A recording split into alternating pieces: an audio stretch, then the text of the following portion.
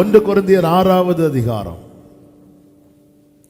1 கொரிந்தியருக்கு எழுதின நிருபம் 6வது அதிகாரம் 14வது வசனத்தை வாசிக்க கேட்கலாம். தேவன் கர்த்தரை எழுப்பினாரே, நம்மையும் தமது வல்லமையினாலே எழுப்புவார். கைகளை உயர்த்தி ஆமென் சொல்லுங்க பார்க்கலாம். 2000 ஆண்டுகளுக்கு முன்பதாக சிலுவையிலே மரித்த இயேசுவை கல்லறையில் அடக்கம் பண்ணினார்கள். 3வது நாளிலே கல் புரட்டப்பட்டிருக்கிறது. உள்ளே வந்து பார்த்தபோது அவர் அங்கே இல்லை. காரணம், அவர் உயிரோடு எழுந்தார். எப்படி அவர் உயிரோடு எழுந்தாரா? தேவன் கர்த்தரை எழுப்பினார். பிதாவாகிய தேவன் நம்முடைய கர்த்தராகிய இயேசு கிறிஸ்துவை உயிரோடு எழுப்பினார். இயேசு உயிர் தெழுந்ததுல உண்டாகிற பெரிய மகிழ்ச்சி என்ன தெரியுமா? நம்மையும், ஆமென் சொல்லுங்க பார்க்கலாம், நம்மையும் தமது வல்லமையினாலே எழுப்புவா. கைகளை உயர்த்தி ஆமென் சொல்லுங்க. எப்படி மரணித்த பிற்பாடு பரலோக வல்லமை, பிதாவின் வல்லமையினாலே இயேசு உயிரோடு எழுந்தாரோ, அப்படியே நம்மையும், அந்த நம்மையும் என்று சொல்லுகிற கூட்டத்தார் யார்? 11 சொல்லப்பட்டிருக்கிறது, கர்த்தராகிய இயேசுவின் நாமத்தினாலும் நமது தேவனுடைய ஆவியினாலும் கழுவப்பட்டீர்கள், பரிசுத்தமாக்கப்பட்டீர்கள், நீதிமான்களாக்கப்பட்டீர்கள். ஹல்லேலூயா. நான் அவரால் கழுவப்பட்டிருக்கிறேன், அவரால் பரிசுத்தமாக்கப்பட்டிருக்கிறேன், அவரால் நீதிமானாக்கப்பட்டிருக்கிறேன் சொல்றவங்க கைகளை உயர்த்தி ஆமென் சொல்லுங்க. இப்படிப்பட்டவர்களுக்கு வேதம் கொடுக்கிற நம்பிக்கை என்ன தெரியுமா? கர்த்தராகிய இயேசுவை தேவன் எழுப்பினது போல நம்மையும் தமது வல்லமையினால், ஹல்லேலூயா, நான் அங்கிருப்பேனே, நான் அங்கிருப்பேனே, நான் அங்கிருப்பேனே என் இயேசுவுடன். 27வது சங்கீதம் அதனுடைய 13வது வசனத்துல தாவீது இப்படி சொல்லுகிறார், நானோ ஜீவனுள்ளோர் தேசத்திலே கர்த்தருடைய நன்மையை காண்பேன் என்று விசுவாசியாதிருந்தால் கெட்டு போயிருப்பேன். என்ன வார்த்தை! நான் எப்படிப்பட்ட நம்பிக்கை ஆண்டவர் மேல வச்சிருக்கிறேன் தெரியுமா? நான் ஜீவனுள்ள ஒரு தேசத்துல கர்த்தருடைய நன்மையை காண்பேன். நித்தியத்தை குறித்த நம்பிக்கை இல்லாதவர்கள் கெட்டு போவார்கள். இயேசுவின் மேல நிறைய பேர் நம்பிக்கை வச்சிருக்கிறாங்க. தேவனை அறியாதவர், அதாவது இயேசுவை சொந்த ரட்சகராய் ஏற்றுக்கொள்ளாதவர்களும் நம்பிக்கை வச்சிருக்கிறாங்க. நீங்க ஜெபம் பண்ண எல்லாம் நடக்கும்னு சொல்லுவாங்க. இயேசு அற்புதர் என்று நம்புறாங்க. எனவேதான் அற்புத பெருவிழான்னு வச்சா பார்த்தீங்கன்னா எல்லா கூட்டத்தாரும் வந்து இருப்பாங்க. எல்லாருக்கும் தெரியும் இயேசு அற்புதங்களை செய்கிறவர். அவர் அற்புதம் செய்வாருங்கிற நம்பிக்கை வைப்பது தவறல்ல. ஆனா எனக்கு இப்படிப்பட்ட அந்த நித்தியத்துக்கு அடுத்ததான நம்பிக்கை இல்லை என்றால் தாவீது சொல்லுகிறார், நான் கெட்டு போயிருப்பேன். வாழ்க்கையில எத்தனையோ பிரச்சனைகள், போராட்டங்கள், பலவீனங்களை கண்டவன் பவுல். ஆனா பவுல் இன்னும் உறுதியாய் தொடர்ந்து ஓடுவதற்கு காரணம் பவுலுக்குள் இருந்த நம்பிக்கை. என்ன நம்பிக்கை தெரியுமா? தேவன் கர்த்தரை எழுப்பினாரே, நம்மையும் தமது வல்லமையினால் எழுப்புவார். 1 கொரிந்தியர் 15வது அதிகாரம் 20, 21, 22, 23 வசனங்களில் இப்படி சொல்லப்பட்டிருக்கிறது, கிறிஸ்துவோ மரித்தோரிலிருந்து எழுந்து நித்திரை அடைந்தவர்களில் முதற் பலனானார்.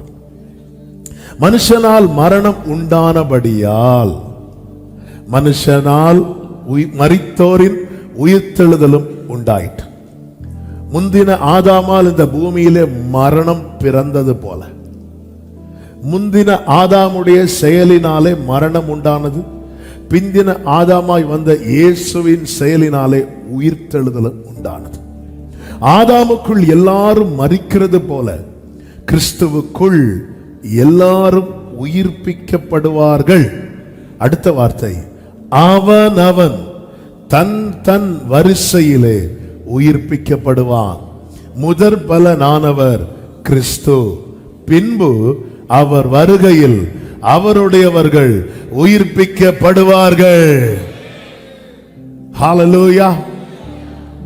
எவ்வளவு பெரிய நம்பிக்கையை ஆண்டவராகிய இயேசு கிறிஸ்து நமக்கு கொடுத்திருக்கிறார். இயேசு சொன்னார், நானே உயிர்த்தெழுதலும் ஜீவனுமாயிருக்கிறேன். என்னை விசுவாசிக்கிறவன் மரித்தாலும் பிழைப்பான். இயேசுவை பிதாவாகிய தேவன் எழுப்பினது போல நம்மையும், ஏனென்றால் இங்கே சொல்லப்பட்டிருக்கிறது, அவர் முதற் பலனானவர். முதற் பலன். அடுத்து அவனவன் தன் தன் வரிசையில. நல்ல கவனமா கேளுங்க. நாம் மறுபடியும் ஜெனிப்பிக்கப்பட்டவர்கள்.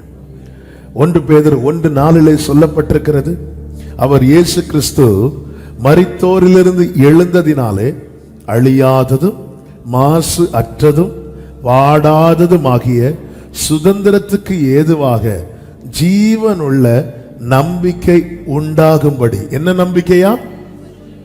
சத்தமா சொல்லுங்க. அது என்ன ஜீவனுள்ள நம்பிக்கை? இந்த பூமியில எல்லாமே அனித்தியமானது, எல்லாமே அழிந்து போகக்கூடியது. இயேசு ஜீவனுள்ள நம்பிக்கையை நமக்கு தரும்படிக்கு தமது இரக்கத்தினாலே நம்மை மறுபடியும் ஜெனிப்பித்தார். அப்போ மறுபடியும் பிறந்த ஒவ்வொருவருக்குள்ளும் என்ன நம்பிக்கை உறுதியா இருக்கணும் தெரியுமா? அவர் என்னையும் எழுப்புவார். ஹல்லேலூயா! இன்னைக்கு இங்க வாழ்ற, இங்க ஓட்ட முடிந்த பிறகு அங்கே வாழ்வேன். ஒரு கப்பல்ல ஒரு தாயார் பயணித்துக் கொண்டிருந்தார்களாம் தன் மகளை பார்ப்பதற்கு. திடீரென்று கப்பல் டேமேஜ் ஆகுது. எல்லாரும் பதறி அங்கங்கே ஓடிட்டு இருக்கும்போது இந்த தாயாரோட மெதுவா இருந்து ஸ்தோத்திரம் பண்ணிட்டு இருக்கிறாங்க. வந்து சொல்றாங்க, பெரிய ஆபத்தில் சிக்கி இருக்கிறவங்களுக்கு பயம் இல்லையா, கவலை இல்லையா? அவங்க சொல்றாங்க, கப்பல் கரை சேர்ந்தா நான் அங்க இருக்கிற மகளை பார்ப்பேன். 2 பிள்ளைங்க, ஒரு பிள்ளை இறந்துருக்கு. கப்பல் கரை சேரலன்னா நான் என் மூத்த பிள்ளைகிட்ட போவேன் அப்படின்னாங்க. கரை சேர்ந்தா 2வது பிள்ளைய பார்ப்பேன், கரை சேரலன்னா மூத்த பிள்ளைய பார்ப்பேன். என்ன நம்பிக்கை! ஒரு தேவ பிள்ளைக்கு இப்படிப்பட்ட நம்பிக்கை, ஜீவனுள்ள நம்பிக்கை உண்டாகும்படிக்கு அவர் என்ன செய்தாராம்? மறுபடியும் ஜெனிப்பித்தார். அப்படி மறுபடியும் ஜெனிப்பிக்கப்பட்டவங்க தான் யார் அப்படின்னா பிள்ளைகள். யாரு? நான் இயேசுவின் பிள்ளைன்னு சொல்றவங்க சத்தமா கையசைச்சு ஆமென் சொல்லுங்க. நான் இயேசுவின் பிள்ளை, பயமே இல்லை என்னாலும்.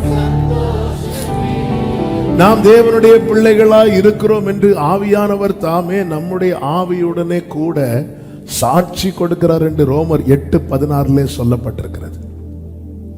ஒரு பெரிய செய்தி, அதனால கொஞ்சம் ஸ்பீடா போயிட்டு இருக்கிறேன். பிரேக் போட வேண்டிய இடத்துல மட்டும் கொஞ்சம் நிறுத்தி சொல்ல விரும்புகிறேன். நல்ல கவனமா கேளுங்க. அப்போ இயேசுவை தேவன் எழுப்பினார்.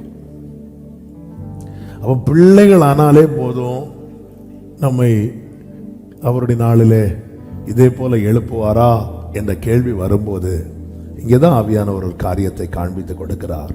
என்னவென்றால், இயேசு சிலுவையிலே மரித்தார் என்பது நாம் அறிந்தது.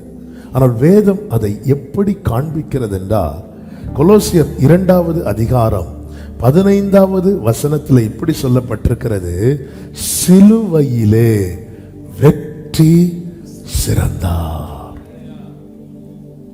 அதன் அர்த்தம் என்ன? ஓட்டத்தை ஜெயத்துடன் ஓடி முடித்தார். யார் தங்கள் ஓட்டத்தை ஜெயத்துடன் ஓடி முடிக்கிறார்களோ அவர்களை தேவன் தம்முடைய வல்லமையினால் எழுப்புவார். அப்ப நம்முடைய போக்கஸ் எதுல இருக்கணும் அப்படின்னா, எந்த நோட்டம் ஜெயத்துடன் முடியோ அந்த நாள். 1 பேதுரு 2:21 சொல்லப்பட்டிருக்கிறது, இதற்காக நீங்கள் அழைக்கப்பட்டும் இருக்கிறீர்கள். அடுத்த வார்த்தை தான் ரொம்ப முக்கியமான வார்த்தை. ஏனெனில் கிறிஸ்துவும் உங்களுக்காக பாடுபட்டு நீங்கள் தம்முடைய அடிச்சுவடுகளை தொடர்ந்து வரும்படி உங்களுக்கு மாதிரியை பின் வைத்து போனார். இதற்காக நீங்கள் அழைக்கப்பட்டிருக்கிறீர்கள். அப்போ நான் பிள்ளையாயிட்டேங்கிற ஒரே காரணத்தை வச்சு தேவன் என்னை எழுப்ப மாட்டார். நான் வெற்றி சிறக்கணும். இயேசு கிறிஸ்து சிலுவையிலே வெற்றி சிறந்தார். அப்போ சக்சஸ்ஃபுல்லா நல்ல போராட்டத்தை போராடினேன், ஓட்டத்தை முடித்தேன், விசுவாசத்தை காத்து கொண்டேன். நம்முடைய வாழ்க்கை பயணம் எப்படி போயிட்டு இருக்கு? தோல்வியே காணாத மனிதர்கள் யாராவது உண்டா என்று கேட்டால் யாரும் கிடையாது. வாழ்க்கையில சில தோல்விகள் வரும். படிப்புல வரலாம், அல்லது சில முயற்சி பண்ணி அது தோற்று போகலாம். இப்படியெல்லாம் இருக்கும் இந்த இம்மையில. ஆனா நம்முடைய விசுவாச வாழ்க்கையில, விசுவாச ஓட்டத்துல தோல்வி வராதபடி நாம் பார்த்து கொள்ள வேண்டியது அவசியம். காரணம், நம்ம எங்க போக போறோம் தெரியுமா? அவர் அந்த திரைக்குள் பிரவேசித்திருக்கிறார். அவரை ஃபாலோ பண்ணி நாமும் உள்ள போக போறோம். அந்த மகிமையில, அந்த அந்த மகிமை நிறைந்த வாசஸ்தலத்தில் கோடா கோடி தூதர்கள் மூப்பர்கள் சூழ்ந்திருந்து தேவனை ஆராதிக்கிற அந்த வாசஸ்தலத்துக்குள்ளே, ஹalleluya ஹalleluya, அந்த வாசஸ்தலத்தை வர்ணிக்கவே முடியாது. அங்கே செல்லும்படி நாம் அழைக்கப்பட்டவர்கள். இன்னைக்கு கர்த்தர் காண்பிக்கிற காரியம் இதுதான். நீ உன்னுடைய மூளையை யூஸ் பண்ணியோ அல்லது உன்னுடைய எந்த ஒரு காரியத்தினாலேயோ நீ ஜெயிக்க முடியாது. நீ ஜெயிக்கிறதுக்கு நான் உனக்கு ஒரு அடிச்சுவடை வச்சுட்டு போயிருக்கிறேன். என் காலடி பட்ட இடத்துல உன் கால்கள் இருக்கட்டும். ஹalleluya. அடிச்சுவடை வைத்து போயிருக்கிறார். நாம் ஜெயிக்க வேண்டியது அவசியமா இருக்கிறது. சர்தை சபைக்கு சொல்லும் போது வெளிப்படுத்தின விசேஷம் 3வது அதிகாரம் அதனுடைய 5வது வசனத்தில் இப்படி சொல்லப்பட்டிருக்கிறது, ஜெயம் கொள்ளுகிறவன் எவனோ அவனுக்கு வெண் வஸ்திரம் தரிப்பிக்கப்படும். ஜீவ புஸ்தகத்திலிருந்து, இந்த வார்த்தையை நல்ல கவனிங்க, ஜீவ புஸ்தகத்திலிருந்து அவனுடைய பெயரை நான் கிறுக்கி போடாமல் என் பிதா முன்பாகவும் அவருடைய தூதர் முன்பாகவும் அவன் நாமத்தை அறிக்கையிடுவேன். புக்க திறந்து பேரை வாசிப்பாராம். இந்த வார்த்தை நல்ல கவனிங்க. ஒருவன் மறுபடியும் ஜெனிப்பிக்கப்படும் போது கர்த்தர் அவனுடைய பெயரை எழுதுகிறார். ரட்சிக்கப்பட்ட ஒவ்வொருவருடைய பெயரை கர்த்தர் எழுதுகிறார். அவர் எழுதுகிறவர் மாத்திரமல்ல, அவர் கிறுக்கி போடுகிறவராக இருக்கிறார். என் பேரை ஒன்ஸ் எழுதிட்டாரு, அதனால என் கால் போன போக்கிலும் மனம் போன போக்கிலும் வாழலானா கிடையாது. என் ஓட்ட முடியும் போது இவன் ஜெயிச்சுட்டானா அந்த பேரை வெட்ட மாட்டான். ஜெயிக்கலனா ஹalleluya, என் பெயரை அவர் ஜீவ புஸ்தகத்தில் எழுதும் போது அவ்வளவு சந்தோஷம். அதுபோல என் பெயரை அவர் ஜீவ புஸ்தகத்திலிருந்து வெட்டுறாருன்னா, ஆண்டவரே நீங்க தான் ஆண்டவரே பெயர் எழுதுனீங்க. ஜெயம் கொள்ளுகிறவனவனோ ஜீவ புஸ்தகத்திலிருந்து அவனுடைய நாமத்தை நான் கிறுக்கி போடாமல். அப்போ ஜெயிக்காதவன் பேரை கர்த்தர் என்ன செய்கிறார்? வெட்டுறாரு. ஹalleluya. என் பெயர் எழுதப்படுவது எவ்வளவு முக்கியமோ அதை விட முக்கியம் எழுதின பெயர் அவர் என்ன செஞ்சிடக்கூடாது? வெட்டிடக்கூடாது. இதற்காக தான் கர்த்தர் நம்மை அழைத்து அவர் வைத்த அடிச்சுவடை பின்பற்றும்படிக்கு நமக்கு கிருபை தருகிறார். எப்படிப்பட்டவங்களும் இயேசுவின் இடத்தில் வரலாம். ஆனால் வந்தவர்கள் இப்படிதான் வாழ வேண்டும் என அவர் ஒரு அடிச்சுவடை வைத்திருக்கிறார். அதுல கால் எடுத்து வைக்கணும். அதுதான் வேதம் சொல்லுகிறது, உம்மை உறுதியாய் பற்றி கொண்ட மனதை உடையவன் உம்மையே நம்பி இருக்கிறபடியா நீர் அவனை பூரண சமாதானத்துடன் காத்துக்கொள்வீர்.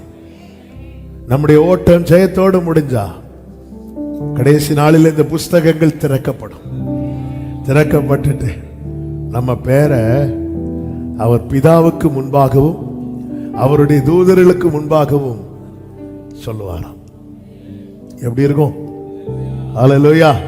அப்படி புக் ஓபன் பண்ணிட்டு அப்படி பார்த்துட்டு ஜான் சார் அப்படி சொன்னா, ஆண்டவரே அதே இது புக் ஓபன் பண்ணிட்டு, ஆண்டவரே நான் இந்த வருஷம் இந்த டேட்ல நான் ரட்சிக்கப்பட்டேனே, ரட்சிக்கப்பட்டப்ப நான் எழுதுனேன். ஆனா ஓட்டம் ஜெயத்தோடு முடியாததுனால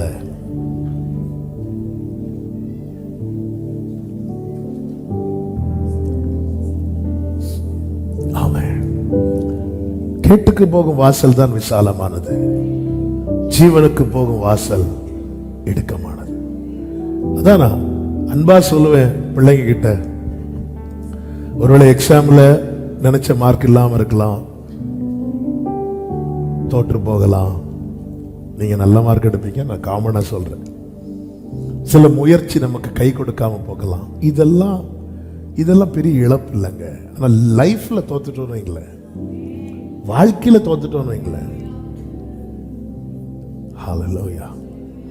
அதாவது அநேகருடைய பெயர் புஸ்தகத்துல எழுதப்படவே செய்யாது. அவங்க நிலைமை எவ்வளவு பரிதாபமோ அதை விட பரிதாபம் என்ன தெரியுமா? எழுதின பேரை வெட்டுறது. ஆமா, இது இலை போட்டு சாப்பாடு இல்லைன்னு சொல்றோம். எழுதின பேரை வெட்டுறது. எந்த கை அந்த பேரை எழுதிச்சோ அதே கை வெட்டுற சீன ஆண்டவர் நீங்க எப்போ எழுதவே இல்லையா? எழுதுனேப்பா, இங்க பாருப்பா, நீ என்னை வெட்ட வச்சுட்ட. அவருடைய கிருபை எழுத வைத்தது. ஆனா நம்முடைய செயல், எனவேதான் ஜெயம் கொள்ளுகிறவன் அவனும். எனவேதான் நல்ல கவனமா கேளுங்க. இந்த பைபிள் நம்ம எந்த விஷயத்துல வார்ன் பண்ணுதோ அதுக்கு நம்ம ரொம்ப கவனம் செலுத்தணும். ஒரு வார்னிங் இருக்குனாலே நமக்கு ஒரு சான்ஸ் இருக்குன்னு அர்த்தம். ஆமா, நீ படிக்கலன்னா ஃபெயில் ஆயிடுவ, இதுதான் வார்னிங். நீ என்ன படிச்சாலும் ஃபெயில் ஆயிடுவங்கிறது வார்னிங் கிடையாது, அது பயமுறுத்தல். சாத்தான் பயமுறுத்தும். நீ என்ன படிச்சாலும் இவ்வளவுதான் உனக்கு மார்க் கிடைக்கும், இது சாத்தானுடைய செயல். நீ படிக்கலன்னா நீ ஃபெயில் ஆயிடும், இது வார்னிங். பைபிள் நிறைய நமக்கு வார்ன் பண்ணும். அதனால நீ மனம் திரும்ப இல்லாவிட்டால் அவ்வளவுதான், நீ விழுந்துட்டல, நீ எழும்புறதுக்கு சான்ஸ் கொடுக்கிறார். எந்த நோட்டம் ஜெயத்துடன் முடியும் அந்த நாடு. இயேசு கிறிஸ்து அடிச்சுவடை வைத்து போயிருக்கிறார். அதை பின்பற்றும்படி நாம் அழைக்கப்பட்டிருக்கிறோம். எனவேதான் வேதம் சொல்லுகிறது, குட் ஃப்ரைடேல அதுதான் செய்தி. இயேசுவை நோக்கி பாருங்கள், இயேசுவை கவனித்து பாருங்கள். இயேசு வைத்து போன அடிச்சுவடுகள் வேதம் முழுவதும் நமக்கு காண்பிக்கப்பட்டிருக்கிறது. இந்த நாளிலே 3 காரியத்தை சொல்லி நான் ஜெபிக்க விரும்புகிறேன். முதலாவது, நோக்கம் அறிந்து செயல்பட்டார். மார்க்கு சுவிசேஷம் 1வது அதிகாரம் 37, 38 வசனங்களை வாசிக்க கேட்கலாம். அவரை கண்டபோது உம்மை எல்லாரும் தேடுகிறார்கள் என்று சொன்னார்கள். அவர்களை அவர் நோக்கி, அடுத்த ஊர்களிலும் நான் பிரசங்கம் பண்ண வேண்டுமானதால் அவ்விடங்களுக்கு போவோம் வாருங்கள். அடுத்த வார்த்தை, இதற்காகவே புறப்பட்டு வந்தேன் என்று சொல்லி.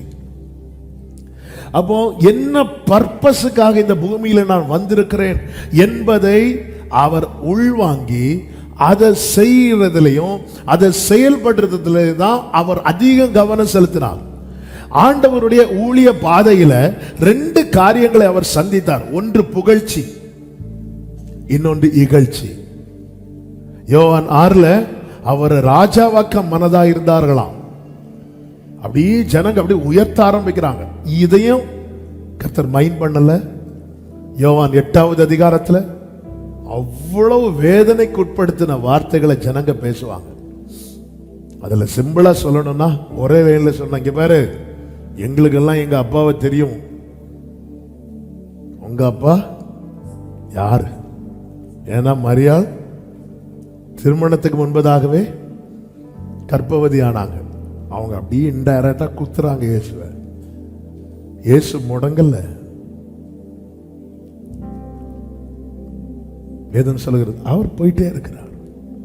8வது அதிகாரத்தில் இவ்வளவு வார்த்தைகளை கேட்டுட்டு தான் 9வது அதிகாரத்தில் ஒரு பிறவி குருடனுக்கு கர்த்தர் சுகத்தை கொடுக்கிறார். அதன் அர்த்தம் என்ன? அவரை இந்த புகழ்ச்சியை அதிகம் விரும்புகிறவர்கள் இகழ்ச்சியை தாங்கிடவே மாட்டாங்க. எனவேதான் ரொம்ப புகழ்ந்தாலும் ஸ்தோத்திரம், இகழ்ந்தாலும் ஸ்தோத்திரம். இப்படி பழகிட்டா நம்ம நேரம் ஓட முடியும். இன்னைக்கு ஓசானா பாடுறவங்க தான் நாளைக்கு இவனை சிலுவையிலே அறையும் என்று சொல்லுவாங்க. இது இயேசு நன்றாய் அறிந்திருந்தார். தேவ பிள்ளைகளை நாம் ஒவ்வொருவருமே ஒரு நோக்கத்துக்காக ஜெனிப்பிக்கப்பட்டோம். விசேஷமாய் ரட்சிக்கப்பட்ட அழைக்கப்பட்ட தேவ பிள்ளைக்கு சொல்லுகிற வார்த்தை இதுதான். தாவீது இப்படி சொல்லுகிறார், கர்த்தர் எனக்காக யாவையும் செய்து முடிப்பார். சங்கீதம் 138:8 நமக்கு நன்றாய் பிடித்த வசனங்கள்ல ஒண்ணு. அந்த யாவையும் செய்து முடிப்பார் என்ற வார்த்தைக்கு அதனுடைய சரியான அர்த்தம் இப்படி சொல்லப்பட்டிருக்கிறது, the Lord will fulfill his purpose for me. என் வாழ்க்கையில இருக்கிற அவருடைய பர்பஸ அவர் நிறைவேற்றுவார். நம்ம என்னன்னா, கர்த்தர் எனக்காக யாவையும் செய்து முடிப்பார். நம்ம வசனத்தை எல்லாம் நமக்கு இஷ்டப்படி நம்ம என்ன பண்ணுவோம்னா சேர்த்துறோம். The Lord will fulfill his purpose for me. என் வாழ்க்கையை குறித்த அவருடைய திட்டம் எதுவோ அதை அவர் என் வாழ்க்கையில் நிறைவேற்றுவார். அந்த 138வது சங்கீதத்துல அவர் சொல்ற, நான் துன்பத்தின் நடுவில் நடந்தாலும். அப்ப ஆண்டவருடைய பர்பஸ நிறைவேற்றுவதற்கு அவர் நடத்துகிற பாதையில தாவீது நடக்கிறார். அது எதிர்பாராத பாதை, விரும்பாத பாதை, துன்பத்தின் நடுவில். யாராவது துன்பத்தின் நடுவில் நடக்க விரும்புவோமா? 23ஆம் சங்கீதத்தில் சொல்ற, நான் மரண இருளின் பள்ளத்தாக்கில் நடந்தாலும். யாராவது நடக்க விரும்புவோமா? போர் அடிக்குது, சுடுகாடு வர ஒன்று போயிட்டு வரும், யாராவது போவோமா? அவர் நடத்துறாரு. ஏன்? எனக்கு தெரியும் கர்த்தர் என்னை நடத்துறாருன்னா என் மேல இருக்கிற அவருடைய பர்பஸ அவர் நிறைவேற்றவே. ஹல்லேலூயா. கடந்த வியாழக்கிழமை இந்த வார்த்தையை கொஞ்சம் மெடிடேட் பண்ண கர்த்தர் கிருபை செய்தார். பிலிப்பியர் 2வது அதிகாரத்தில் ஒரு வார்த்தை இருக்கிறது, 13வது வசனம். ஏனெனில் தேவனே தம்முடைய தயவுள்ள சித்தத்தின்படி விருப்பத்தையும் செய்கையையும் உங்களில் உண்டாக்குகிறவராயிருக்கிறார். இந்த வார்த்தை ரொம்ப அருமையான வார்த்தை. நல்ல கவனமா கேளுங்க. என் வாழ்க்கையில் அவருடைய பர்பஸ் அவர் நிறைவேற்றணும்னா எனக்குள்ள எந்த விருப்பம் வரணும்?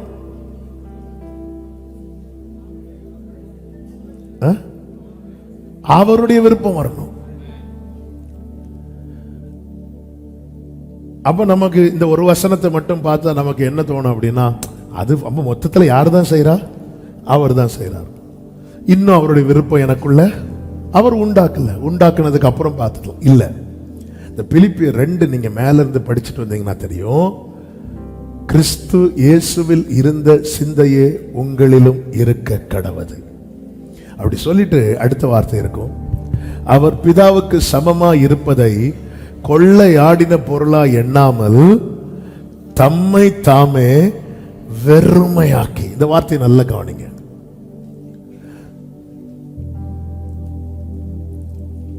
பிதாவினுடைய சித்தம், பிதாவினுடைய விருப்பம், அதுதான் சித்தம், அவருடைய செய்கை இவரில் வெளிப்பட இவர் செய்தது என்ன அப்படின்னா, தம்மை தாமே வெறுமையாக்கினார்.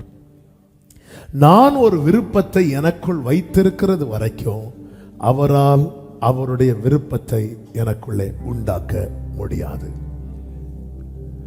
நான் ஒரு விருப்பத்தை எனக்குள்ளே சுமந்து கொண்டிருக்கிறது வரைக்கும் அவரால் அவருடைய விருப்பத்தை எனக்குள்ளே உண்டாக்க முடியாது. எனவேதான் நீங்க இயேசுவில் இருந்த சிந்தையே உங்களிலும் இருக்க கடவது. என்னில் அவர் தம்முடைய விருப்பத்தையும் செய்கையும் உண்டாக்க வேண்டுமானால் நான் என்னை வெறுமையாக்கணும். என்னுடைய ஆசை, என்னுடைய விருப்பம், ஏன்னா நமக்கு தெரியாது, எல்லாருக்குள்ள விருப்பங்கள் உண்டு, எல்லாவற்றை குறித்த விருப்பங்களும் உண்டு. ஆனால் நான் என்னை வெறுமையாக்காமல் எனக்குள்ளே அவருடைய விருப்பத்தை உண்டு பண்ண முடியாது. இயேசு சொல்லுகிறார் யோவான் 8வது அதிகாரத்தில் 42வது வசனத்தில், நான் சுயமாய் வரவில்லை, அவரே என்னை அனுப்பினார். யோவான் 5:30, நான் என் சுயமாய் ஒன்றும் செய்கிறது இல்லை. என்ன வார்த்தைங்க இது? நான் என் சுயமாய் ஒன்றும். இப்ப கவனிங்க, மனிதனை கர்த்தர் படைக்கும் போது அந்த தீர்மானத்தை யார்கிட்ட கேட்டு எடுத்தார்? யார்கிட்டையும் கேட்கல, யார்கிட்டையுமே கேட்கல, அவரே தீர்மானம் எடுக்கிறார். மனுஷனை படைத்தார். தேவனால் படைக்கப்பட்ட மனுஷன் பழத்தை சாப்பிட்ட தீர்மானம் எடுத்தான்ல, யார்கிட்ட கேட்டு எடுத்தான்? அவனும் யார்கிட்டையும் கேட்கல. இங்கதான் தப்பு பண்றோம். யார்கிட்டையும் கேட்காம தீர்மானம் எடுக்கிறது யாரு? கர்த்தர். யாரிடத்திலும் கேட்காமல் தீர்மானம் எடுக்கிறது யாரு? கர்த்தர். அதே ரோல நாம எடுக்கிறோம்னா அந்த இடத்துல தேவனை மறுதலிக்க தானே செய்யறோம். அவர் பிதாவுக்கு சமமா இருப்பதை, அதன் அர்த்தம் என்ன? இவரால சுயமா தீர்மானம் எடுக்க முடியும், இவரால சுயமா எல்லாம் செய்ய முடியும். அப்படி எண்ணாமல் தம்மை தாமே வெறுமையாக்கினார். வெறுமையாக்கிட்டு அவருக்கு என்ன விருப்பமோ அது எனக்குள்ளே உண்டாகட்டும், அவர் என்ன செய்யணும் நினைக்கிறாரோ அது எனக்குள்ளே உண்டாகட்டும். இன்னைக்கு ஏன் தேவ திட்டத்தை அறிந்து கொள்ள முடியவில்லை? நேற்று யூத் மீட்டிங் முடிச்சு நிறைய பிள்ளைங்க வந்து கேட்ட காரியத்தில் ஒன்று, நாங்க ஆண்டவருடைய சித்தத்தை எப்படி அறிய. இன்னைக்கு அநேகருக்கு என்னன்னா, ஏன் எனக்குள்ள அந்த விருப்பம் வர மாட்டேங்குது? நாம 1000 விருப்பங்கள் உள்ள நாம் நம்மை இன்னும் வெறுமையாக்கவில்லை. எனக்குள்ளே ஆண்டவர், நம் தேவன் ஆலயத்தில் உலாவுகிறவர் என்று வேதம் காண்பிக்கிறது. ஆலயம் என்று சொல்லும் போது இந்த கட்டிடம் மாத்திரம் அல்ல, நம் ஒவ்வொருவரும் ஆலயம். ஒரு கேள்வி, நமக்குள்ளே உலாவுவதற்கு நாம ஆண்டவருக்கு ஸ்பேஸ் கொடுக்கிறோமா? ஸ்பேஸ் கொடுக்கிறோமா? நம்ம கேட்போம், இப்போ வாரும் இறங்கி வாரம். ஆண்டவர் கேட்போம், நான் இறங்கி வந்து என்னப்பா எங்கப்பா இருக்கணும் கேட்பார். எனக்குள்ளே தேவன் உலாவுவதற்கு, என் வாழ்க்கை அவருடைய வஸ்திர தொங்கலால் நிரம்புவதற்கு, எனக்குள்ளிருந்து அவருடைய விருப்பத்தையும் அவருடைய செய்கையையும் அவர் உண்டாக்குவதற்கு நான் எந்த அளவுக்கு ஸ்பேஸ் கொடுக்கிறேன் அவருக்கு? அவர் என் விருப்பம் எனக்குள் வைக்கப்பட, என் விருப்பங்கள் அப்புறப்படுத்தப்பட வேண்டியது அவசியமாயிருக்கிறது. நோக்கம் அறிந்து செயல்படணும். ஒவ்வொரு வருஷம் முடியும் போது பழையன முடிந்தன, புது வருஷம் ஹாப்பி நியூ இயர் சொல்றோம். நம்ம லைஃப் பர்பஸ்ஃபுல்லா இருக்குதா? நான் சரியா தான் பயணிக்கிறேன், என்னை குறித்த தேவ திட்டத்தை நோக்கிதான் நான் பயணித்துக் கொண்டிருக்கிறேன், என்னுடைய செயல்கள் அப்படிதான் இருக்கிறது என்ற நிச்சயம் இருக்குமானால், ஆமே, நம்முடைய முடிவில் மரணத்தை குறித்த பயம் நமக்கு இருக்காது.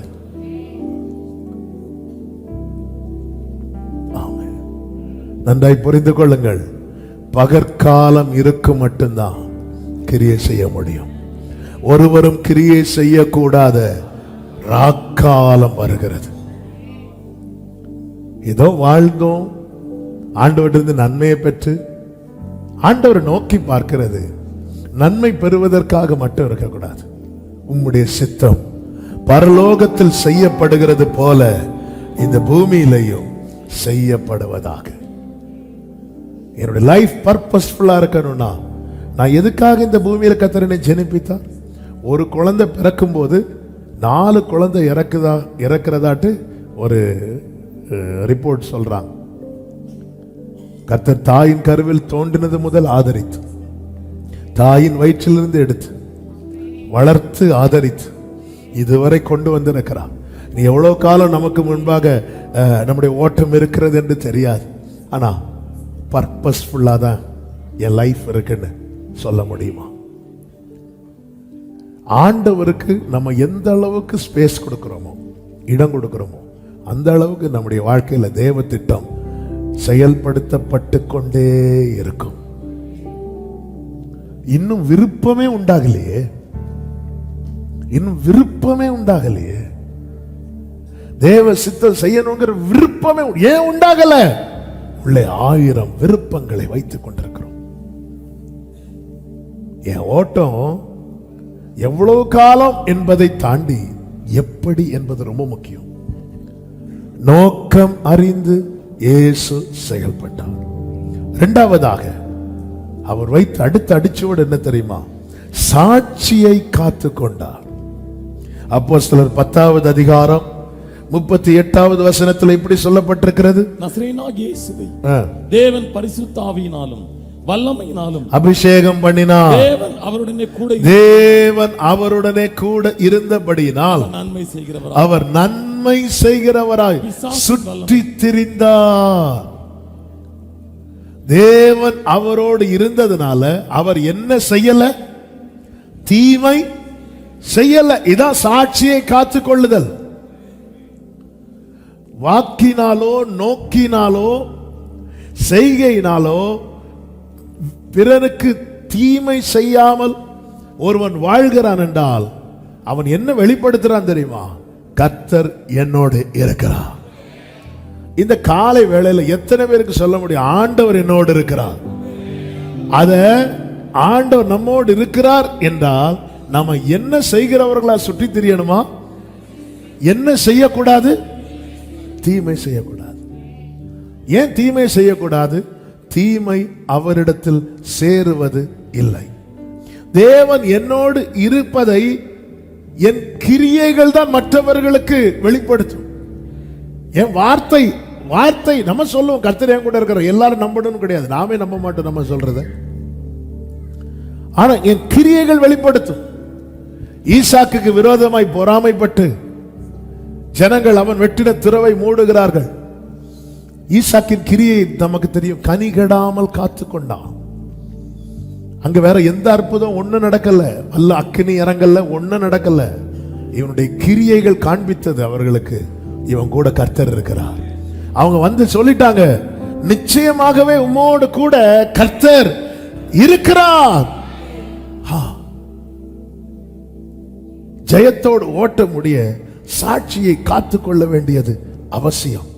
தீத்து 2வது அதிகாரம் 14வது வசனத்துல இப்படி சொல்லப்பட்டிருக்கிறது, அவர் நம்மை சகல அக்கிரமங்களில் நின்று மீட்டு கொண்டு தமக்குரிய, இந்த வார்த்தையை கவனிக்கணும், சொந்த ஜனங்களாகவும் நற்கிரியைகளை செய்ய பக்தி வைராக்கியம் உள்ளவர்களாகவும் நம்மை சுத்திகரிக்கும்படி நமக்காக தம்மை தாமே ஒப்பு கொடுத்தார். இந்த வார்த்தை கவனிச்சீங்களா?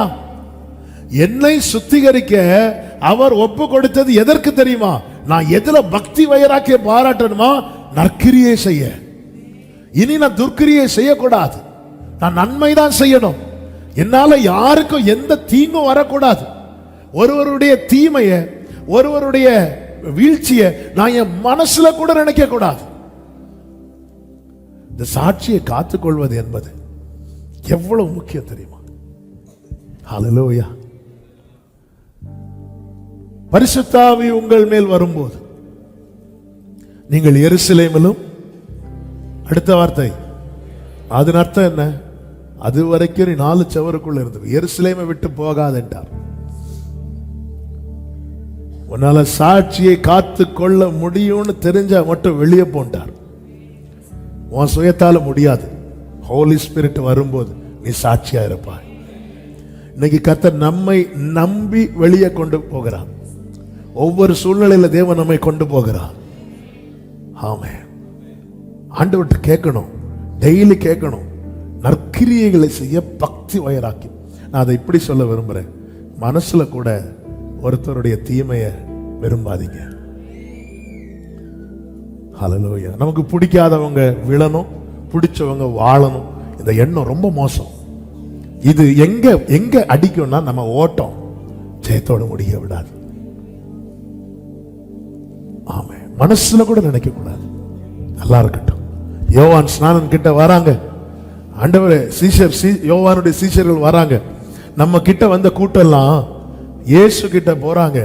அப்படி சொல்லும் போது யோவான் சொல்றார், அவர் பெருகட்டும். என்ன வார்த்தைங்க இது?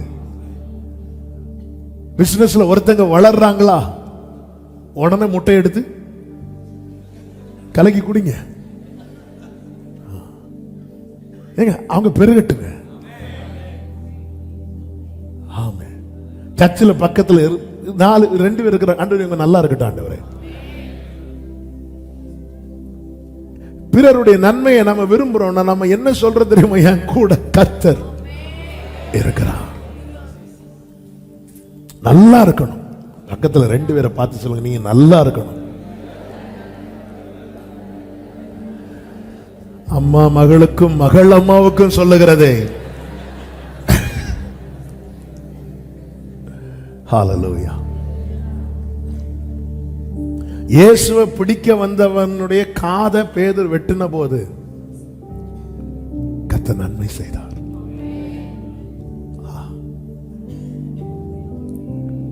சிலுவையில பாருங்க, இந்த சிலுவை என்பது ரொம்ப முக்கியம். அதாவது இயேசுவினுடைய அந்த கடைசி தருணம் ரொம்ப பெயின்ஃபுல். அநேக ஆண்டவருக்காக வைராக்கியம் என்ன அநேகர் தங்களுடைய கடைசி நாட்கள்ல வார்த்தையினால செயலினால சாட்சி கெட்டு போன காரியங்கள்லாம் கேட்டிருக்கோம். ஏன்னா கடைசியில் அவங்களுக்கு என்ன சொல்லுவாங்கன்னு நமக்கு தெரியாது. நம்முடைய ஓட்டத்தினுடைய பிரதான பகுதி என்பது என்ன அப்படின்னா எல்லாமே தான். அதுலயும் ரொம்ப முக்கியம் அது லாஸ்ட் பார்ட் இருக்குல்ல, அதுதான் ரொம்ப முக்கியம். அதுலதான் அநேகர் என்ன பேசுவாங்கன்னு தெரியாது. எனக்கு தெரிந்த ஒரு தேவ மனிதர், அவர் கடைசியில அவர் லெவல்லாம் போய் கண்ணா யார் வந்தாலும் திட்டுவார். அப்ப அவரை பத்தி என்ன சொல்லுவாங்கன்னா, இவர் ஆரம்பத்தில் எப்படி இருந்தா தெரியுமா? இல்லங்க, அந்த ஓட்டம் ஜெயத்தோடு முடியணும். அவர் சிலுவையிலே வெற்றி சிறந்தார். எவ்வளவு முக்கியம். ஏன்னா நமக்கு மேல இருக்கிற அந்த கிருபை என்னவென்றால், அவரை எழுப்பினது போல நம்ம கர்த்தர் எழுப்ப போகிறார். சிலுவையில இயேசு அரைஞ்சாச்சு. இயேசுவை நீங்க கவனிங்க, அவருடைய வார்த்தையும் அவருடைய செயலை கவனிச்சீங்கன்னா, சிலுவையில இயேசு சொன்ன ஃபர்ஸ்ட் வேர்டு என்ன? பிதாவே அப்படிங்கிறார். சிலுவையில இயேசு சொன்ன லாஸ்ட் வார்த்தை என்ன? பிதாவே. பிதாவே இவர்களுக்கு, பிதாவே உம்முடைய கையில் நாவியே, ஆரம்பமும் முடிவும் அப்பான்னு கூப்பிடுறாங்க. எல்லாரும் கவனிக்கிறாங்க. இத நம்ம ஆரம்பத்தில் அவர் அப்பான்னு கூப்பிடுறோம், நம்முடைய முடிவுல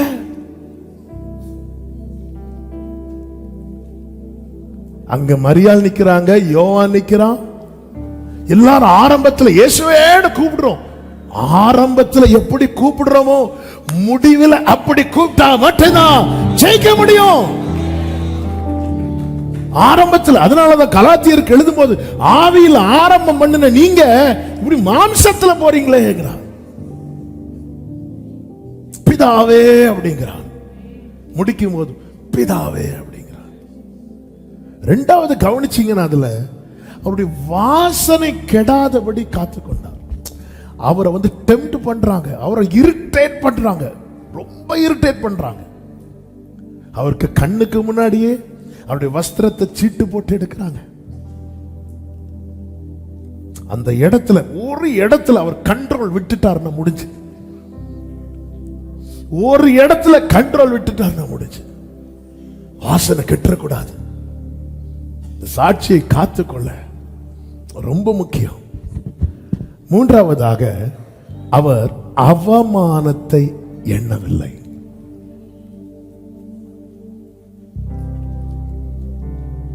இந்த அவமானத்தை மட்டும் நினைச்சிட்டாருன்னு வைங்களா, எப்படி இருக்கும்? அவர் முகத்துல துப்புனாங்கல்ல, அதை மட்டும் அவர் திரும்ப திரும்ப நினைச்சாருன்னா அந்த இடத்துல அவர் என்ன வார்த்தை விட்டுருப்பாருன்னே தெரியாது. எலிசாக்கு 2 மடங்கு வரம் கிடைச்சிட்டு வராரு. வரும்போது பிள்ளைங்க எலிசாவை பார்த்து மொட்டை தலையானாங்க. இவரு கொஞ்ச நேரம் பார்த்தாரு, அவ்வளவுதான். சிங்கம் வந்துச்சா கரடி வந்துச்சா? கரடி. நிறைய சால்வை நமக்கு தராதது காரணம் தான். தெரு ஃபுல்லா கரடியா இருக்கும். அவங்க என்ன பார்த்து முறைச்சாங்க, கரடிய வா.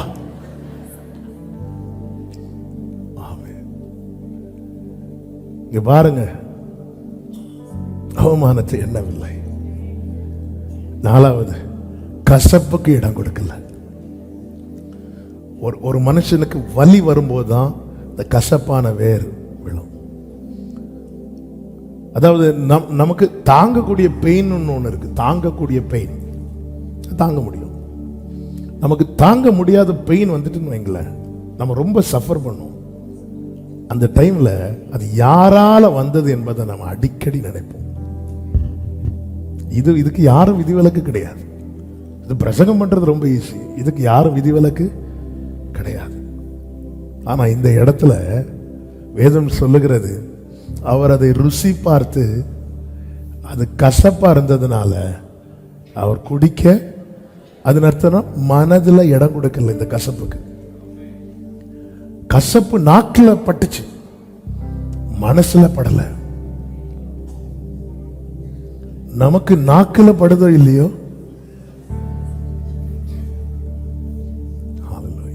மனதுல இடம் கொடுக்கல.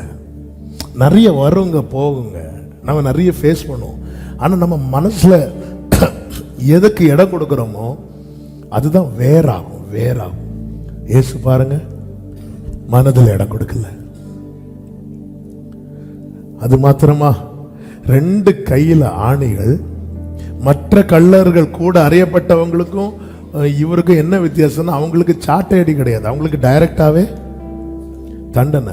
இவருக்கு எப்படியாவது இவரை சிலுவை தண்டனையிலிருந்து காப்பாற்றணுங்கிறதுக்காக பிலாத்து என்ன பண்ணுவார் அப்படின்னா, 40 சாட்டை அடிக்கு ஆர்டர் போட்டுருவார். அந்த ரோம சட்டம் எப்படின்னா, ஒரு ஆளுக்கு 40 சாட்டை அடி அடிச்சுட்டாங்கன்னா அதுக்கப்புறம் அவங்களுக்கு எந்த தண்டனையுமே கொடுக்க கூடாது.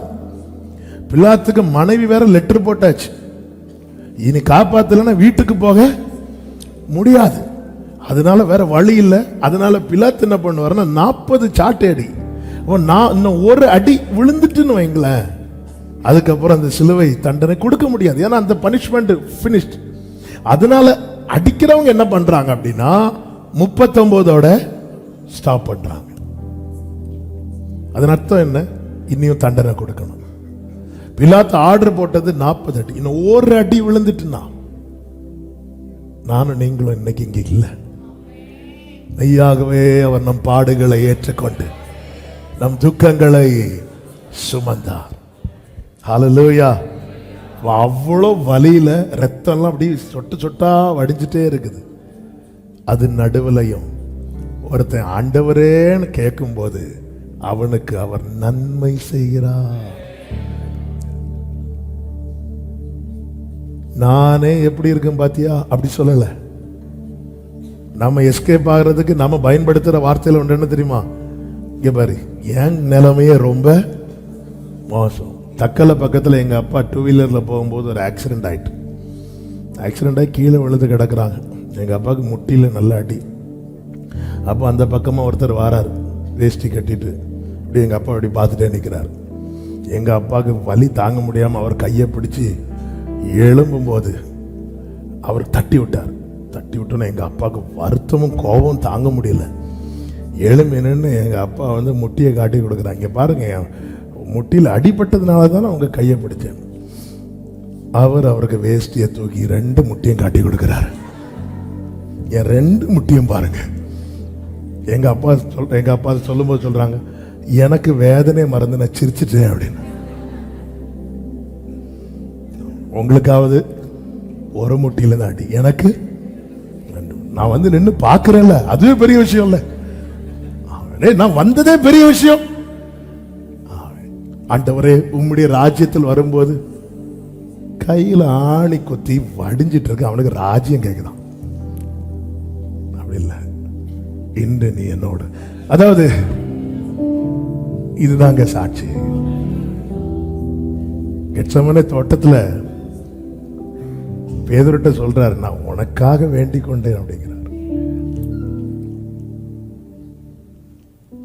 கடைசி வர பிதா மேல இருக்கிற நம்பிக்கையை விடல. அதுதான், உங்க கையில என் ஆவியை ஒப்படைக்கிறேன். இந்த விசுவாசத்தினுடைய உச்சம் என்ன தெரியுமா? ஒப்படைக்கிறது. என்னிடம் உள்ளதையே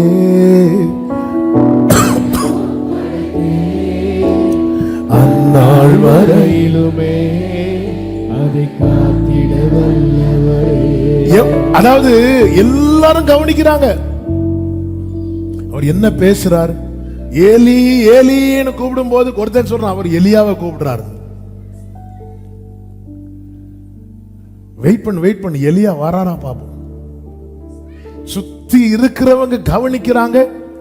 இப்பொழுது யோவான் 19:34 ஆகிலும் போர் சேவகரில் ஒருவன் ஈட்டியினாலே அவருடைய விலாவில் குத்தினான். உடனே இரத்தமும் தண்ணீரும் புறப்பட்டது. 35வது வசனம்.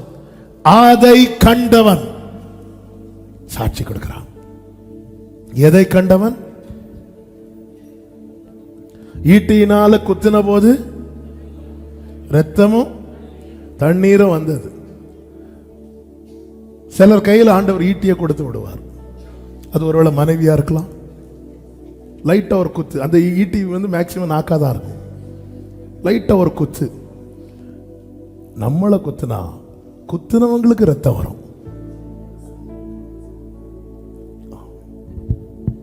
இதை கண்டவன் சாட்சி கொடுக்கிறான். ஏன் அவர் சிலுவையில் மரித்தார். நாம் சிலுவையில் கிறிஸ்துவுடனே கூட மரிக்கணும். இந்த ஞானஸ்நான உடன்படிக்கையில கிறிஸ்துவுடனே கூட நாம் என்ன பண்ணிருக்கிறோம்னா அடக்கம் பண்ணப்பட்டிருக்கிறோம். எங்க அப்பா வேடிக்கையா சொல்லுவாங்க, ஞானஸ்நானம் எடுத்ததுக்கு அப்புறம் சிலருக்கு பேச்சு ஏன் மாற மாட்டேங்குதுன்னா, அவங்க முங்கும் போது வாயை மூடிட்டு தான் முங்குறாங்க, நாக்குல என்ன படல. ஒருத்தருக்கு ஞானஸ்நானம் கொடுக்கும்போது கையை அப்படி மேல தூக்கிட்டே முங்கினாராம். இல்லப்பா, மொத்த பாடியும் தண்ணிக்குள்ள போயிட்டோம். இல்ல பாஸ்டரா, என் கையை முக்க மாட்டேன், ஏன் ஒரு ஆளுக்கு ஒரு அடி கொடுக்கணும், அதனால இந்த கையை நான் முக்க மாட்டேன். ஈட்டியால குத்தின போது அங்கிருந்து ஒரு பதிலும் இல்லை. அதை கண்டவன் சாட்சி கொடுக்கிறான். அதை கண்டவன் சாட்சி கொடுக்கிறான். ஆமே, நிறைய பார்க்கறாங்க. ஒரு விஷயத்தை நல்லா புரிஞ்சுக்கோங்க. ஜீவனுள்ள தேவனை ஆராதிக்கிறவர்களை எல்லா கண்களுமே வித்தியாசமா பார்க்கும். ஒரு பிரச்சனைன்னு வந்தா, உங்க வீட்டில் நீங்க மட்டும்தான் ஆராதிக்கிறீங்க, உங்க புருஷன் ரட்சிக்கப்படல அல்லது மனைவி ரட்சிக்கப்படல, இப்படின்னு ஒரு நிலைமை வரும்போது வீட்டில் பிரச்சனை வந்தா முதல் வார்த்தை எது தெரியுமா? நீ அப்ப எதுக்கு பைபிள் தூக்குற, நீ எதுக்கு சர்ச்சுக்கு போற, இப்படிதானே கேட்கிறாங்க. ஈட்டியால குத்துறான். அவனுக்காகவும் கொஞ்சம் ரத்தத்தை உள்ள வச்சிருக்கிறார். நான் எடுத்துக்கோ. அதை கண்டவன் சாட்சி கொடுக்கிறான். அவர் இந்த அடிச்சு விட வச்சுட்டு போயிருக்கிறார்.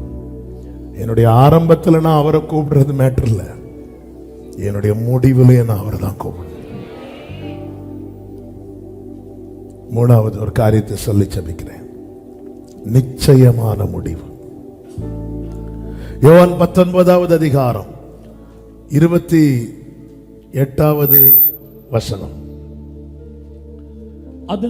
அதன் பின்பு எல்லாம் முடிந்தது என்று இயேசு அறிந்து வேத வாக்கியம் நிறைவேறத்தக்கதாக தாகமாயிருக்கிறேன். அதன் அர்த்தம் என்ன அப்படின்னா, எல்லாம் முடிய போகுது, ஓட்டம் முடிய போகுது என்பது அவருக்கு தெரிஞ்சதும் இன்னும் நான் நிறைவேற்ற வேண்டியது என்ன இருக்கிறது என்பதில் கவனம் வைக்கிறார்.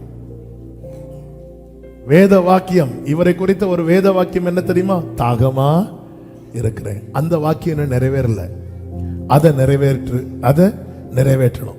அதை நிறைவேற்றினதுக்கு அப்புறம் 30வது வசனத்தில் சொல்லப்பட்டிருக்கிறது, இயேசு முடிந்தது என்று காடியை வாங்கின பின்பு முடிந்தது என்று சொல்லி தலையை சாய்த்து ஆவியை ஒப்பு கொடுத்தார். அதன் அர்த்தம் என்ன? எதற்காக வந்தாரோ அதை நிறைவேற்றி முடித்தார். நாள் போக போக போக இந்த உணர்வு வேணும், இந்த தெளிவு வேணும். பேதுரு சொல்லுகிறார், 2 பேதுரு 1வது அதிகாரம் 13-14 வசனங்களிலே, நம்முடைய கர்த்தராகிய இயேசு கிறிஸ்து எனக்கு அறிவித்தபடி நான் என் கூடாரத்தை விட்டு போவது சீக்கிரத்தில் நேரிடும் என்று அறிந்து இந்த கூடாரத்தில் நான் இருக்கும் அளவும் உங்களை நினைப்பூட்டி எழுப்பி விடுவது நியாயம் என்று எண்ணுகிறேன். கவனிச்சிங்களா? வயசாக வயசாக வயசாக தேவ பிள்ளைகளுடைய போக்கஸ் எதுல போகுது பாத்தீங்களா? பலன் எல்லாம் குறையுதா? வயசாகுதுன்னு ஃபீல் ஆகுதா? ஆயுஷ் அப்படி முடிய போகுதுன்னு உணர்வு வருதா? போக்கஸ் எதுல இருக்குன்னு தெரியுமா? நான் இன்னும் செய்து முடிக்க வேண்டிய காரியம் என்ன? இந்த பேதுருவை பாத்தீங்களா? இந்த கூடாரத்தில் இருக்கிறது வரைக்கும் தான் ஏதாவது செய்ய முடியும். யாருக்கு நினைவுபடுத்துறாருன்னா, சிதறி இருக்கிற தேவ பிள்ளைகளுக்கு. ஏன் நினைவுபடுத்துறாருன்னா, இயேசு சொல்லி இருக்கிறார், நீ குணப்பட்ட பின்பு சகோதரரை ஸ்திரப்படுத்து. ஸ்தேவான் மரித்த அந்த தருணத்தில் சீஷர்கள் சிதறினார்கள். அப்படி சிதறி இருக்கிறவர்களை திடப்படுத்தும்படி எழுதினதுதான் இந்த பேதுரு 1வது நிருபம் 2வது நிருபம். ஏன் எழுதினார்? ஏற்கனவே அவனுக்கு கொடுத்த அசைன்மெண்ட் அது. இயேசு சொன்னார், இங்க பாரு, நீ குணப்பட்ட பின்பு சகோதரரை. நம்ம என்ன நினைக்கிறோம்? நான் குணமானா போதும், நான் சரியானா போதும், நான் வாழ்ந்திருந்தா போதும், என் ஆத்துமா காக்கப்பட்டா போதும். நல்ல கவனமா கேளுங்க. எபேசியர்கள் நிருபம் 3வது அதிகாரம் 2வது வசனத்திலே பவுல் ஒரு வார்த்தை அழகா இப்படி சொல்லுவார். இந்த வார்த்தை எல்லாரும் கவனிங்க. உங்களுக்காக எனக்கு அளிக்கப்பட்டிருக்கிற தெய்வ கிருபைக்குரிய நியமமும். நல்லா கவனிச்சிங்களா? நமக்கு கிருபை நமக்காக தான் நாங்க கொடுப்பார். தேவன் கொடுக்கிற கிருபையில நமக்கானதும் உண்டு, பிறருக்கானதும் உண்டு. எனக்கு ஒரு தேவன் கிருபை கொடுக்கிறார்னா அது நான் ரட்சிக்கப்பட, நான் நிலைத்திருப்பதற்கான கிருபையும் அதுல உண்டு. மற்றவர்களுக்கு நன்மை செய்வதற்கான கிருபையும் அதுல உண்டு. இது நான் குணப்பட்டா போதும், நான் கரெக்டா தான் இருக்கிறேன்னா மற்றவர்களுக்காக எனக்கு ஒரு கிருபையை கொடுத்திருக்கிறார்ல, அந்த கிருபையை நான் என்ன பண்றேன்? விருதாவாக்குகிறேன். பவுல் சொல்லுகிறார், நான் தேவனுடைய கிருபையை விருதாவாக்குகிறது இல்லை. இதுவரை நம்ம யாருக்கும் எந்த விதத்திலும் பிரயோஜனமா இல்லைன்னா நம்ம கிருபையை விருதாவாக்குறோம். நான் குணப்பட்டா போதுமா? இல்ல, நீ குணப்பட்ட பின்பு. நம்ம ரட்சித்த உடனே ஏன் இந்த பூமியில இருந்து எடுக்காம பூமியில வச்சிருக்கிறா? குணப்பட வேண்டிய அநேகர் உண்டு. இந்த கூடாரத்தில் இருக்கிறது வரைக்கும் தான் என்ன செய்யணுமோ எல்லாம் முடிந்தது என்று இயேசு அறிந்து, இனி காலம் இல்லை, நாட்கள் வேகம் போகிறது, ஆண்டவருக்காக தேவ ராஜ்யத்துக்காக ஏதாவது செய்ய வேண்டும், அதற்காக எனக்கு அந்த கிருபை கொடுக்கப்பட்டிருக்கிறது. இதையெல்லாம் செய்த பவுல் தான் சொல்லுகிறான், நல்ல போராட்டத்தை போராடினேன், ஓட்டத்தை முடித்தேன், விசுவாசத்தை காத்துக்கொண்டேன். இது நிமித்தம் நீதியின் கிரீடம் எனக்கு வைக்கப்பட்டிருக்கிறது. இயேசு கிறிஸ்து வெற்றியுடன் ஓட்டத்தை முடித்தார். பிலிப்பியர் 2வது அதிகாரம் அதனுடைய 9, 10, 11 வசனங்களிலே சொல்லப்பட்டிருக்கிறது. ஆதலால் தேவன் எல்லாவற்றுக்கும் மேலாக அவரை உயர்த்தினார். 11 சொல்லப்பட்டிருக்கிறது, எல்லா நாமத்திற்கும் மேலான நாமத்தை அவருக்கு தந்தருளினார். வெளிப்படுத்தல் 2வது அதிகாரம் 17வது வசனத்திலே ஆவியானவர் சபைகளுக்கு சொல்லும் போது இப்படி சொல்லுகிறார். ஆவியானவர் சபைகளுக்கு சொல்லுகிறதை காதுள்ளவன் கேட்க கடவன். அடுத்த வார்த்தை, ஜெயம் கொள்ளுகிறவனுக்கு நான் மறைவான மன்னாவை புசிக்க கொடுத்து அவனுக்கு வெண்மையான குறிக்கல்லையும் அந்த கல்லின் மேல் எழுதப்பட்டதும் அதை பெறுகிறவனையே அன்றி வேறொருவனும் அறியக்கூடாததுமான புதிய நாமத்தை கொடுப்பேன் என்று எழுது. நம்மை தேவன் வைத்திருக்கிற ஸ்தானத்தை பார்த்தீங்களா? நீ ஜெயிச்சிட்டேனா நான் உனக்கு புதிய நாமம், மேலான நாமத்தை கொடுப்பேன். நீ ஜெயிச்சிட்டேனா உன் பேரை நான் கெடுக்க மாட்டேன். நீ ஜெயிச்சிட்டேனா பரதேசின் மத்தியில் இருக்கிற ஜீவ விருட்சத்தின் கனியை நான் புசிக்க கொடுப்பேன். நீ ஜெயிச்சிட்டேனா என் பக்கத்துல உன்னை உட்கார வைப்பேன். ஜெயிச்சிட்டா தேவன் தம்முடைய வல்லமையினால் நம்மை எழுப்புவார். ஒன்று நம்முடைய முடிவு அல்லது கர்த்தருடைய வருகை, 2ல ஒன்று நடக்கதான் போகுது. இந்த நிச்சயத்தோடு ஓட்ட முடியணும். இந்த நிச்சயத்தோடு நாம் கவனிக்க வேண்டியது கிறிஸ்துவை மட்டுமே. ஆமே, நோக்கம் அறிந்து செயல்பட்டார், சாட்சியை கடைசி வரை காத்து கொண்டார், நிச்சயத்தோடு ஓட்டத்தை முடித்தார். பரலோக தகப்பன் நமக்காய் தந்தருளின பரிசுத்த ஆவியானவர் இந்த சகல சத்தியத்துக்குள்ளும் நம்மை நடத்தி நம்மை ஜெயிக்கிறவர்களாய் மாற்றுவாராக. கைகளை உயர்த்தி ஆமென் சொல்லுவோமா? எல்லாரும் அப்படி எழுந்து நிற்கலாம். ஹல்லேலூயா, ஹல்லேலூயா. Thank you Lord. கொஞ்ச காலம் இயேசுவுக்காக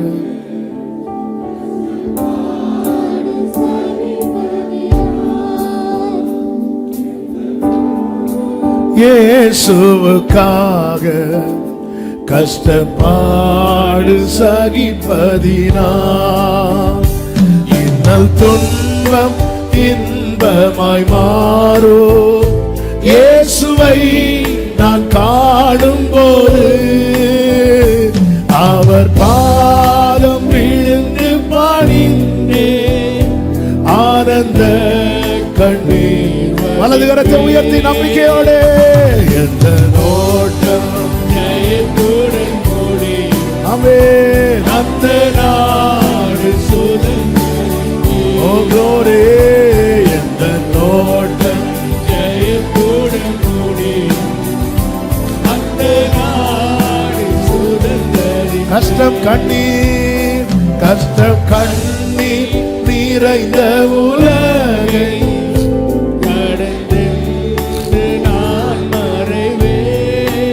ஆமென். கஷ்டம் கண்ணீர் நிறைந்த உலகை கடந்தென்று நான் மறைவேன்.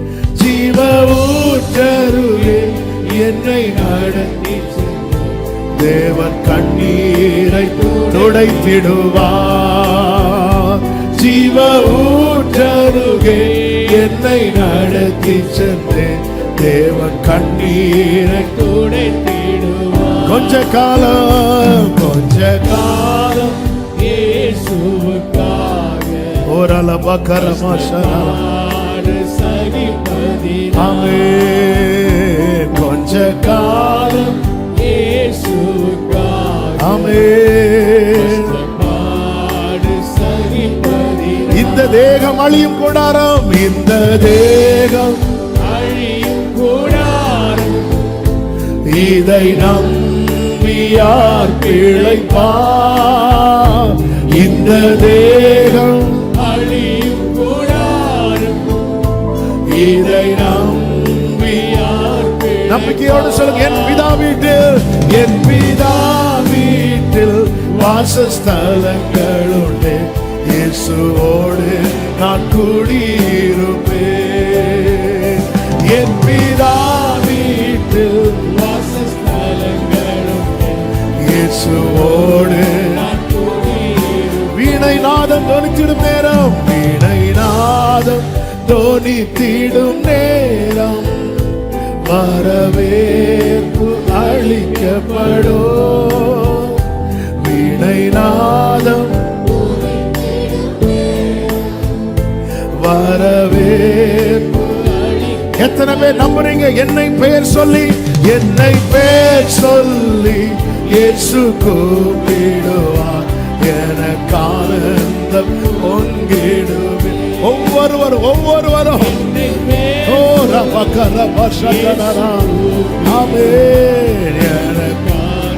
ரெண்டு கைகளை உயர்த்தி பலியாக, காணிக்கையாக, பலியாக படைத்தேனே உமக்காக, பலியாக காணிக்கையாக என்னை படைக்கிறேன், என்னை ஏற்றுக்கொள்ளும், என்னை ஏற்றுக்கொள்ளும் இயேசு ஆண்டவரே, ஏழை நான் என்றும் உமதடிமை. என்னை ஏற்றுக்கொள்ளும் இயேசு ஆண்டவரே, ஏழை நான் என்றும் உமதடிமை. கொஞ்ச காலம் இயேசுக்காக கஷ்டப்பாடு சகிப்பதி, இன்னல் துன்பம் இன்பமாய் மாறும், இன்னல் துன்பம் இன்பமாய் மாறும். இயேசுவை நான் பாடும்போது, எத்தனை பேர் விரும்பி சொல்றீங்க? அவர் பாதம் ஓ ஆனந்த வலது கரத்தை உயர்த்தி, எந்த நோட்டம், எந்த நோட்டம், அந்த நாடு, அந்த நாடு, ஓ எந்த நோட்டம் ஜெயத்துடன், அந்த நாடு. சொல்லு சபையே, எந்த நோட்டம் ஜெயத்துடன் முடியும், எந்த நோட்டம் ஜெயத்துடன். ஒவ்வொருவருடைய ஓட்டமும் ஜெயத்தோடு முடியும். எந்த நோட்டம் ஜெயத்துடன், எந்த நோட்டம் ஜெயத்துடன் முடியும். ஆமென். அந்த நாடு. நல்ல கரங்களை தட்டி தேவனுக்கு மகிமை.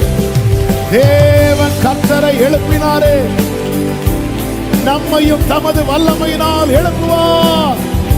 ஆமென், ஆமென், ஆமென், ஆமென். பரிசுத்த பிதாவே, நல்ல தகப்பனே, கிருபையா எங்களை உங்க சமூகத்தில் கொண்டு வந்து இந்த மாதத்தின் ஆரம்பம் முதல் இந்த மாதத்தின் இந்த கடைசி நாள் கர்த்தருடைய கிருபை பாதுகாத்து அதிசயமாய் நடத்தினேன். உங்க சமூகத்தில் கூடி வர வைத்தீர். நீர் உயிரோடு இருக்கிறேன். எங்களையும் எழுப்புவீர், எங்களையும் எழுப்புவீர், எங்களையும் எழுப்புவீர். ஜெயிக்க வைக்கிறவரே, ஜெயத்துக்கு காரணரே, நன்றி, நன்றி ஆண்டவரே. வெற்றியோடு ஓட்டத்தை முடிக்கணும். எங்கள் ஒவ்வொருவருக்கு கிருபை தாரும். நீர் வைத்து சென்ற அடிச்சுவடையே பின்பற்ற எங்களுக்கு அனுகிரகம் செய்யும். இங்க இருக்கிற ஒவ்வொருவரையும் நீர் பெயர் சொல்லி கூப்பிடணும். ஒருவருடைய பெயர் கூட கிறுக்கப்படக்கூடாதப்பா. உங்க கரத்துல தருகிறோம், உங்க கரத்துல தருகிறோம். பலியாக, காணிக்கையா படைத்தேன், என்னை ஏற்றுக்கொள்ளும், என்னை ஏற்றுக்கொள்ளும் இயேசு ஆண்டவரே, ஏழை நான் என்றும் அடிமை. ஓ என்னை ஏற்றுக்கொள்ளும் இயேசு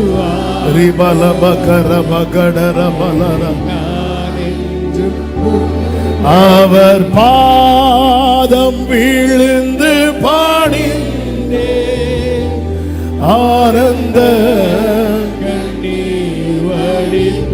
சத்தமாய், ஒரே சத்தமாய், எந்த ஓட்டம் ஜெயத்துடன் கூடி அந்த நாடு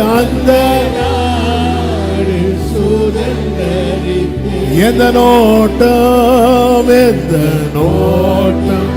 ஜெயத்துடன் மூடி கிருபையப்பா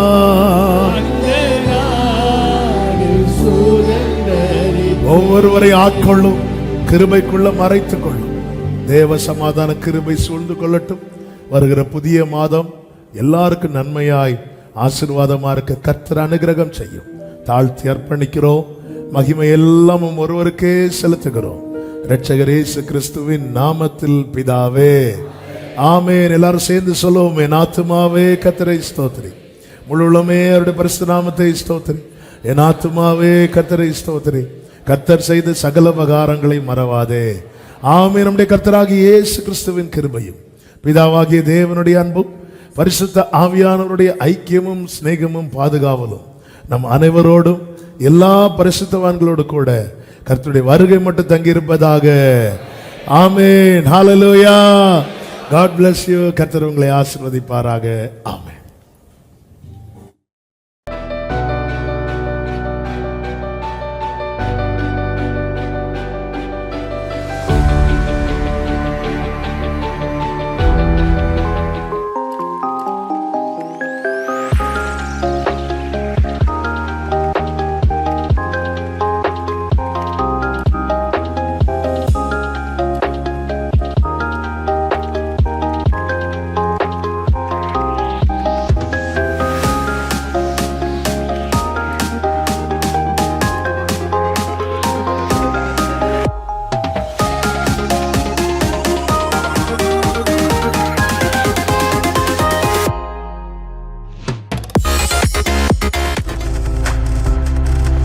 நீங்கள் பார்த்துக் கொண்டிருப்பது உங்கள் ஜாய் டிவி. உங்கள் துக்கம் சந்தோஷமாய் மாறும்.